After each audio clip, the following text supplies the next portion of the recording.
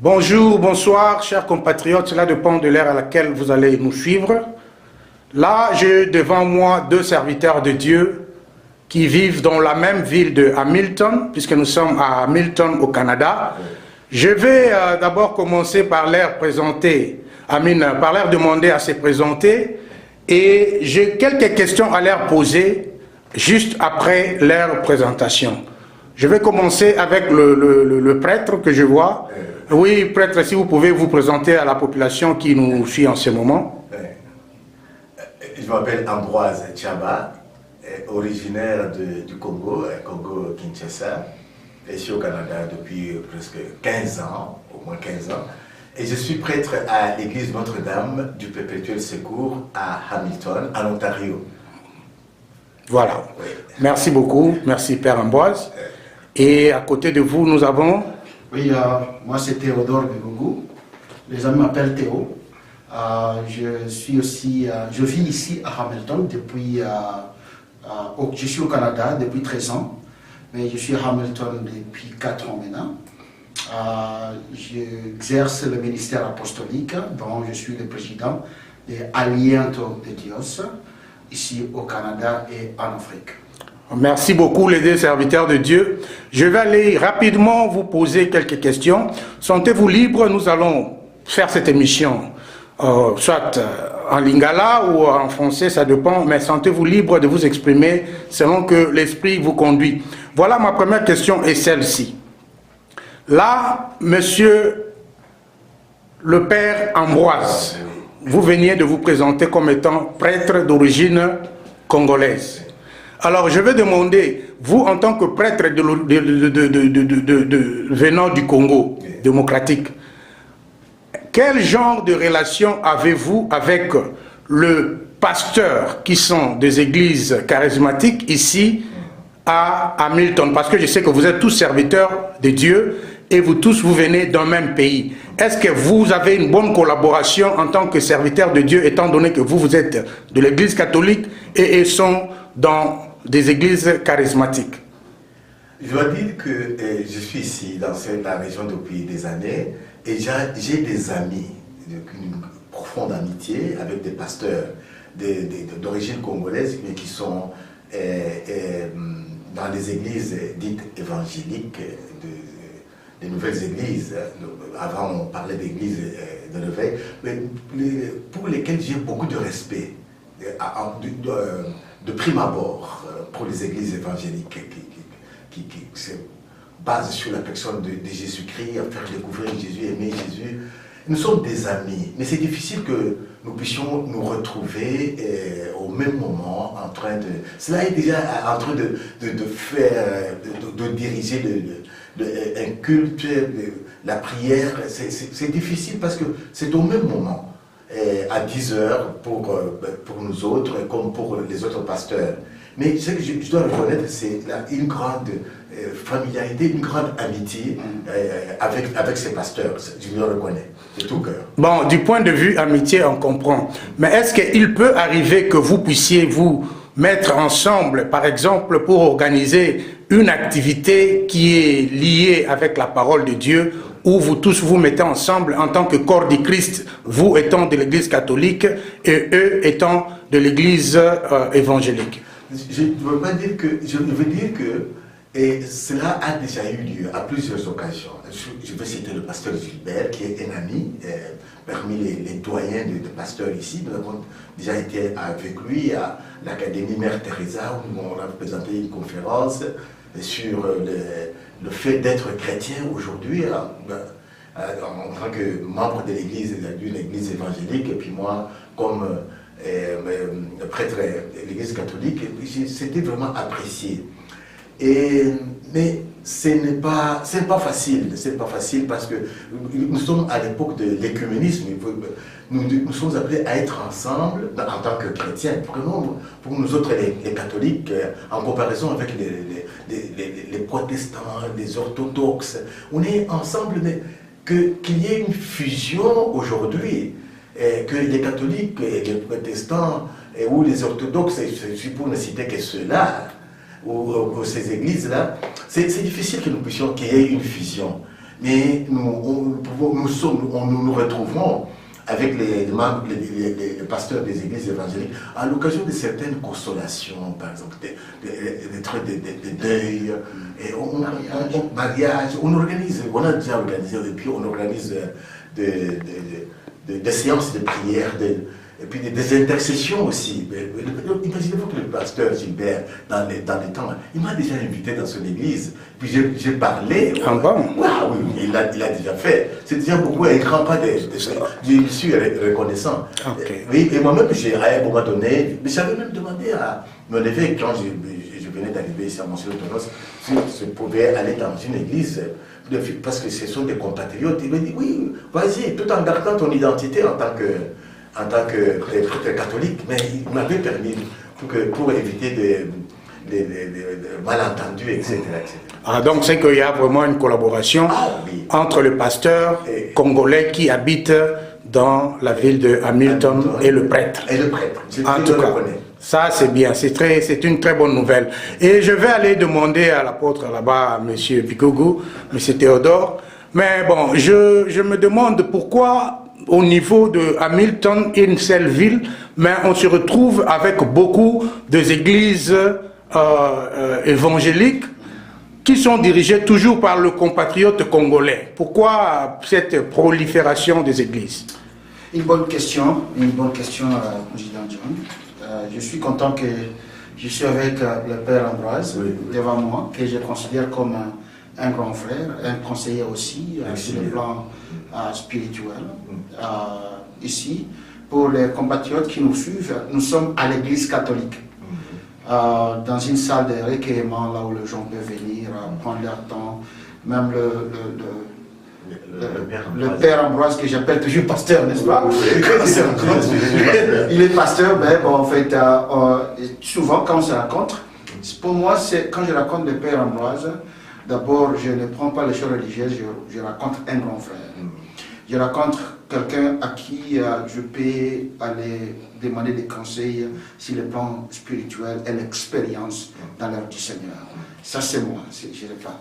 Maintenant, rentrant à votre question concernant les églises ici à Hamilton, comme je vous ai dit, je suis à Hamilton il y a 4 ans, à Hamilton, et je suis à la tête d'une grande organisation qui ordonne les pasteurs.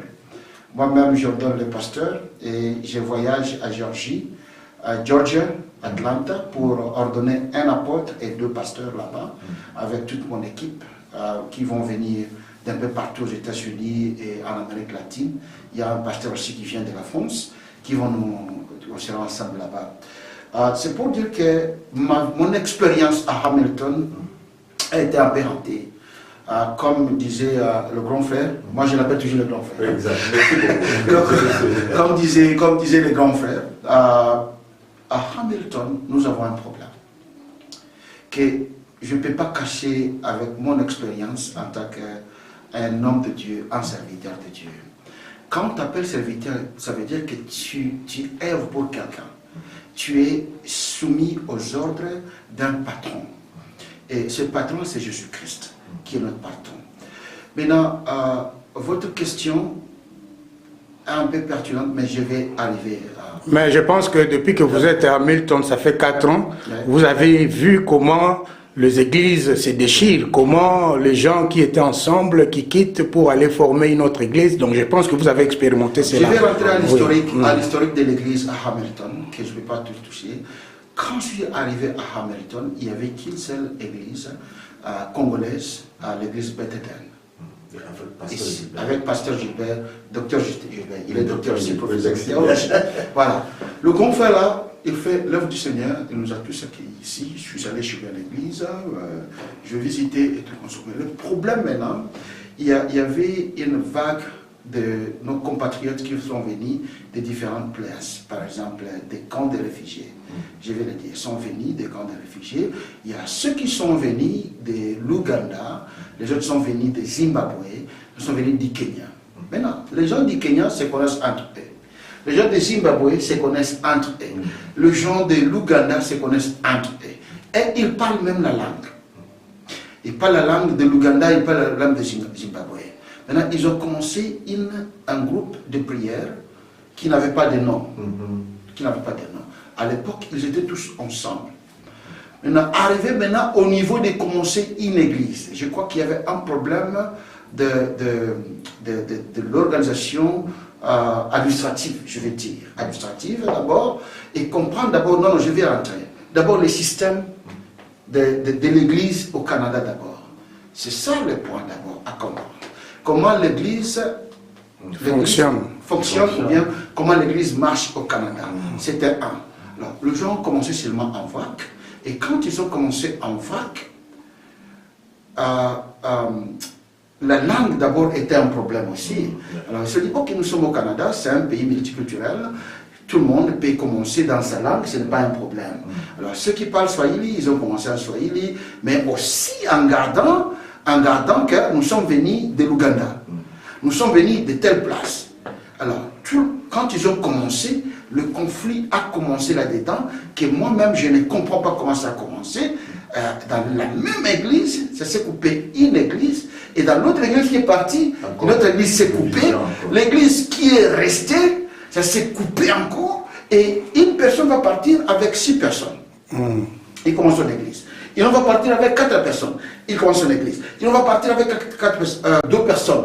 Il commence l'église. Les autres disent non, non, non, nous ne sommes pas là-bas. Nous allons commencer dans la maison. Les autres vont dire ok, bino bola t'as un pantalon. Bison va pantalon, bino, on ne va pas avec les gens qui portent les pantalons à l'église. Alors ils vont se retirer. Voilà, pour les dames. Ils vont se retirer pour aller chercher leur place pour couvrir la tête et là où on peut les pantalons. En oubliant qu'au Canada, une femme est obligée de porter les pantalons parce qu'il fait froid au Canada. Il fait froid au Canada. Donc une femme doit porter les pantalons. Et quand il fait chaud au Canada, une femme ne peut pas porter de foulard. Mais aussi la Bible dit que les cheveux sur la tête d'une femme, c'est une gloire. Ça fait du bien aux yeux de Dieu. Alors, ça, on a fait passer. Alors, grosso modo, je crois que c'était un problème de doctrine. Un problème de doctrine et l'éducation religieuse, si je peux dire, la théologie à suivre, ou bien dans la théologie, la déontologie pastorale, vous voyez, qui nous aide, l'éthique pastorale aussi, que les amis n'ont, en fait, je ne vais pas dire qu'ils n'en ont pas, mais en regardant, je veux dire que c'est ça le problème. Le problème d'intégration aussi. Intégration. Voilà, très bien compris. Le problème d'intégration aussi dans la nouvelle société, comme le bon frère a dit, quand on ne sait pas, on n'est pas intégré, on rate beaucoup de choses et on saute beaucoup de choses. Maintenant, l'intégration d'abord, je me souviens, aller vers la communauté, parler avec la communauté, si on peut commencer quelque chose pour l'éducation communautaire d'abord. À ma qualité, moi j'ai oublié de me présenter, je suis travailleur social. Voilà, je suis formé comme travailleur social. Donc je voulais aider d'abord ma communauté de comprendre la culture canadienne, comment ça marche, l'intégration ici au Canada, comment ça marche, puis on peut sauter avec cette chose. Mais aujourd'hui, je vous dis, ça me fait mal au cœur si un pasteur peut entrer dans une fête à un autre sort. Ça me fait mal au cœur si un pasteur peut donner la main à un autre pasteur et le pasteur le regarde comme ça et il crache sur terre. Un mauvais témoignage. Un mauvais témoignage. Je ne sais pas si tu as été de répondre à votre question. Oui, je suis en train de voir. Donc, c'est qu'au niveau de l'Église, il y a un problème dans le comportement de pasteurs. Dans le comportement des pasteurs. Et je crois que la plus grande chose, c'est la formation pastorale. Vous savez, on dit que l'humilité précède la gloire. Le père Ambroise peut être un prêtre catholique, mais il comprend quelque chose que moi je ne comprends pas. Donc je peux venir et dire, grand frère, et on a joué au caté, et vice-versa en tant que pasteur. Là, je m'humilie. Moi, je dis que l'humilité, et ça, le coup là, la roue, pour cultiver. Oui, elle apporte beaucoup de choses. Je veux ajouter au pasteur un petit mot, merci beaucoup. Et ce que je pourrais donner comme conseil à cause le phénomène de la prolifération des églises, le fait que quelqu'un a été pasteur au pays, et en arrivant ici, pense que automatiquement il va le devenir. Donc c'est une erreur, parce que la population est limitée ici. Et puis c'est une nouvelle société, notre culture. Les conseils que je donnerais à ceux qui, mes compatriotes, c'est d'abord, en arrivant, de trouver une église qui est proche de celle parce qu'inévitablement, en tant que chrétien, ce sont des subdivisions d'églises au sein de l'église du Christ. Et nous avons la même Bible, le même Père, Fils, Esprit Saint, la même Bible, nous avons encore, donc le même médiateur Jésus-Christ, le même Esprit Saint, nous sommes appelés au même comportement, j'avais faim, j'avais soif. Il y a un lieu de retrouver une église dans laquelle, donc, qui est proche de celle que j'ai. Mais pas nécessairement qu'en arrivant ici, parce que le fait que j'ai été pasteur, que je voudrais immédiatement, en arrivant ici, moi je suis pasteur. Non, c'est une grosse erreur. En arrivant, les pasteurs doivent d'abord trouver une église, entrer dans une église. Possiblement, il pourrait devenir pasteur. Donc ça, c'est ce que je donne comme conseil. Est-il possible qu'on puisse avoir 5 ou 10 pasteurs dans une même église? Vous voulez que je réponde? Oui, vous pouvez y aller, papa. Non, moi je dis que 5 ou 10 pasteurs ne peuvent pas servir. Parce que l'église doit avoir un seul pasteur. L'église doit avoir un seul pasteur. Titulaire. Oui. Maintenant, l'église peut avoir,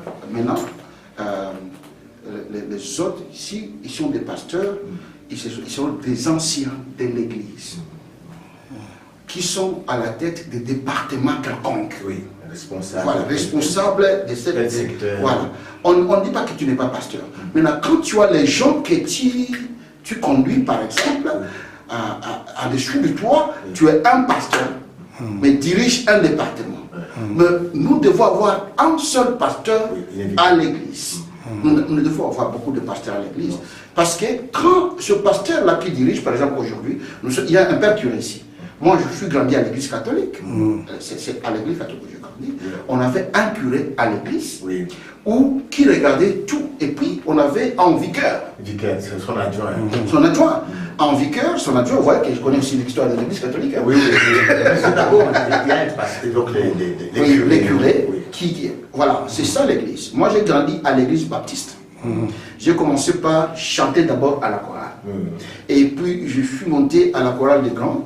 Et après là-bas, j'étais nommé évangéliste itinérant. Et là, je ne prêchais pas.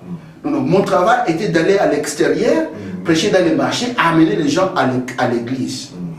Maintenant, quand les vieux ont vu que je peux maintenant prêcher à l'église, je n'ai pas commencé le dimanche. J'ai commencé d'abord les matins, les cultes là de 5 h du matin chez nous en Afrique. C'est maintenant que j'ai commencé. Ils ont dit non, il peut aussi prêcher le mercredi. Dans un séminaire, je prêchais maintenant le mercredi, un jour seulement. Non, il n'est pas encore capable. On m'a remis au matin, jusqu'à ce que le vieux a vu que je peux maintenant commencer à prêcher. Voilà là où moi je viens. Maintenant, il y a aussi un problème de gens qui se nomment des pasteurs. Il y en a beaucoup, je m'excuse. Il y a des gens qui viennent par... Moi, j'étais prisonnier.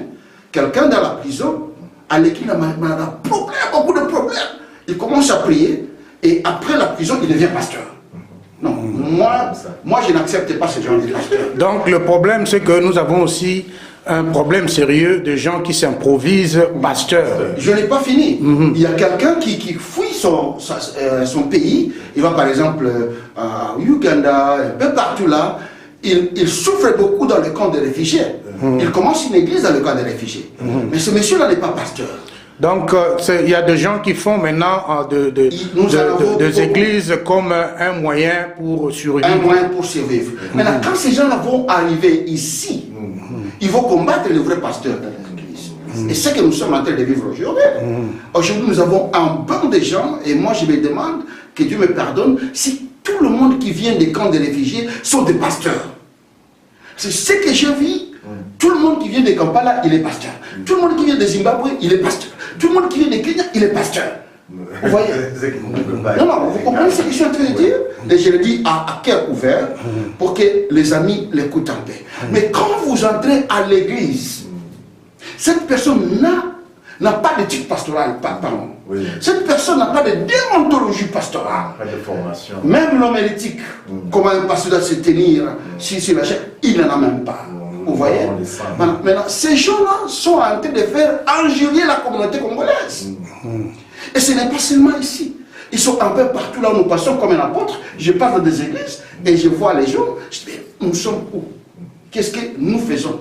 Bon, alors, une dernière question. Pourquoi ces gens-là qui se réunissent en groupuscule de 6-5 personnes ne peuvent pas rejoindre d'autres églises qui sont déjà en place? Qu'est-ce qui fait à ce que ces gens-là ne peuvent pas accepter de se réunir avec les autres? C'est tout simplement parce qu'ils ont, comment dirais-je, soif du pouvoir, d'être appelés pasteurs, ou quelle est vraiment cette motivation? C'est quoi au juste? Parce que quand vous avez 6 personnes comme ça dans une église, bon, je me demande, c'est quoi au juste? Oui, c'est comme vous le dites, c'est la soif d'abord du pouvoir, d'être leader, d'être chef, mais aussi un moyen de vivre.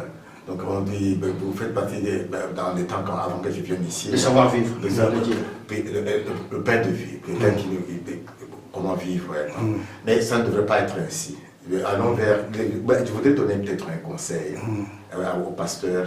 Nous devons être marqués et rechercher, donc être marqués par l'humilité, la petitesse. Parce que nous, en tant que chrétiens, nous agissons au nom de Jésus, à la place de quelqu'un d'autre.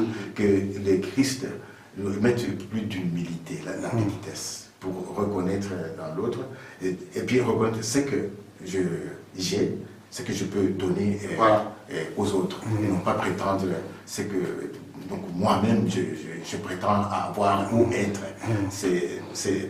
C'est tomber dans les pièges du diable. En tout cas, oui. Ce que je voulais dire aussi, c'est ça. Une église qui a 6 personnes, 5 personnes qui commencent. D'abord, c'est un problème de bassesse. Je vais le dire. Un problème de bassesse et de complexe d'infériorité. Et la soif du pouvoir, comme vient de le dire le Père, c'est ça le problème. Et vous savez, il y a des gens qui ne veulent pas écouter les autres. Et quand on vient de nous parler de l'innovation de l'autre côté, pour que l'église protestante congolaise, ou bien l'église congolaise charismatique, accroître ici à Hamilton, nous devons d'abord beaucoup prier. Le problème des conflits. Nous devons chercher la gérance des conflits, comment est-ce que gérer les conflits d'abord. La résolution des conflits d'abord. Parce qu'il y a un conflit terrible ici à Hamilton. Et c'est pas seulement à Hamilton. Moi, je suis président de la vice-président, excusez-moi, son excellence, je suis vice-président de la communauté congolaise, donc je suis vice-président honoraire de la communauté congolaise de Hamilton. Donc, je faisais les tours dans des églises.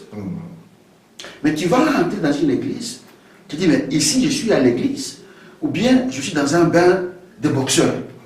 Tu vas voir quelqu'un qui entre, mais tu es dans une église, un pasteur qui prêche.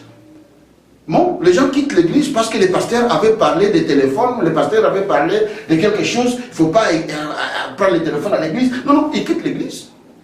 Ouais, ils quittent l'église à cause de ça. Maintenant, il y a une personne à l'église qui cherche maintenant le pouvoir, qui va aller vers cette dame-là ou bien vers cette personne. Au moins, il pasteur, non. Pasteur, venez, nous allons commencer quelque chose de la prière à la maison.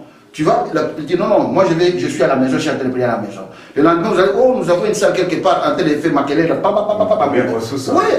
Alors, si, une fois, je parle, je fais l'appel au pasteur et aux grands frères que nous, on avait rencontrés ici, par exemple, le pasteur Gilbert, le docteur Gilbert, le pasteur Ambroise, le père Ambroise, si on peut se mettre ensemble, chercher comment résoudre d'abord le problématique des conflits parmi les serviteurs de Dieu de Hamilton. De deux, que ces pasteurs comprennent que nous sommes dans un système qui est la clé d'innovation de nos églises ici au Canada. Parce que quand tu ne comprends pas le système, moi ça m'a pris plus de 7 ans pour comprendre le système du Canada. Exactement. Vous voyez? Ça m'a pris plus de 7 ans pour comprendre le système. Comment je vais comprendre le système s'il n'y a pas quelqu'un qui comprend le système pour m'aider à comprendre et entrer dans ce système-là? Ouais, je crois que c'est ça ce que moi je peux dire pour les églises. Je connais qu'il y a beaucoup de gens qui vont dire: oh, comment apôtre Azok Loba, bébé il y a prêtre, Azok Patabiso. Non, nous sommes le corps de Christ. Et l'église catholique, et nous sommes le corps de Christ. D'ailleurs, ici au Canada, quand vous voyez quelqu'un à l'autre oh, merci Seigneur. Donc voilà, alors chrétien. Vous voyez, si vous voyez seulement quelqu'un qui porte la croix, vous dites merci Seigneur, cette personne est sauvée. Moi je m'en fous, être catholique. Voilà, merci, moi j'ai oublié la mienne. Être catholique ou bien être protestant, je m'en fous. Moi le problème, c'est le chemin qui nous mène vers le salut. Comme la Bible dit que les gens sauront que vous êtes de Dieu quand on vous verra unis. Amen. Dans le Seigneur, c'est là où les gens sauront que vous êtes de Dieu. À l'amour, le monde reconnaîtra que vous êtes à l'amour. À l'amour. Les uns pour les autres. Tous unis. Unis, l'unité. Voilà. Mais surtout l'amour. Et puis au dernier jour, nous serons jugés sur le critère de l'amour. J'avais faim, j'avais soif, j'étais un étranger, qu'est-ce que vous avez fait? Chaque fois que vous avez fait à l'aide de ce petit qui sont faits avant. Donc c'est ça. Mais comme le pasteur a beaucoup plus d'expérience sur le terrain que moi, donc il dit que ça nous demande, donc aux nouveaux arrivants, aux pasteurs qui est pasteur nouveau arrivant, de temporiser, comme nous le disons, d'entrer d'abord dans le système de la société et puis peut-être commencer l'église par après. Et non pas automatiquement. Non, je ne vous comprends pas. Il est là témoin, il est mon témoin. Quand je suis arrivé d'abord, je suis allé à l'église baptiste, qui m'ont amené à faire une orientation pastorale d'abord. Et j'ai compris, ils m'ont expliqué l'église au Canada, c'est quoi? Tu ne peux pas être un pasteur au Canada sans un diplôme théologique. Non, vous devez avoir un petit papier là. Et si au Canada, ce n'est pas comme chez nous, il y a un bureau des sages de l'église qui choisit un pasteur. Donc quand vous êtes un pasteur, vous devez avoir un salaire, si vous voulez. Oui, vous devez avoir votre salaire, vous devez être payé, c'est l'église qui paie. Maintenant, quand vous commencez une église qui n'a pas de salaire, là vous êtes volontaire. Et il faut accepter tous les coûts qui vont venir. Vous voyez? Maintenant, il y a un travail d'un pasteur en ligne. Moi, je vais entrer en ligne et je vais appliquer pour devenir pasteur, je ne sais pas de quelle église. Là, on va m'appeler et je vais aller. Maintenant, ce que j'ai comme vision, c'est ce que je vais implanter dans cette église. Et l'église va marcher avec la vision que j'ai. Vous voyez? Je crois que je me laisse entendre que les pasteurs nouveaux arrivants, qu'ils comprennent que nous sommes dans un pays où nous ne sommes pas au Congo, qu'il y a tout un système ecclésiastique, c'est le mot qui me manquait, il y a tout un système ecclésiastique que nous, en tant que pasteurs, nous devons suivre. Et ce système ecclésiastique est régi d'une loi. Des lois même. Des lois. Des lois apostoliques. Nous devons comprendre et reconnaître les lois du pays. Ne venez pas, c'est pas vous commencer l'église, mais vous êtes en prison. Non. Voilà, donc maintenant, qu'est-ce que vous avez comme un dernier mot par rapport à tout ce que nous venions d'aborder comme sujet? Le mien, c'est donc l'intégration d'abord. Et puis la vérité. On est à l'étranger, dans un pays différent, comme le pasteur vient de le dire. Nous sommes, et puis il y a une différence de culture, la culture africaine, congolaise, dans cette culture canadienne. S'intégrer d'abord pour pouvoir commencer avec quoi que ce soit. Donc moi je pense que l'intégration donnera la possibilité à tout celui qui veut devenir pasteur de comprendre comment orienter ses messages. Et puis être humble. Être aussi humble. La vérité. Merci bien. En tout cas, oui. Voilà, pour moi je dis d'abord merci beaucoup pour ce moment que vous me donniez. Je vais aller dans le même chemin que le Père Ambroise.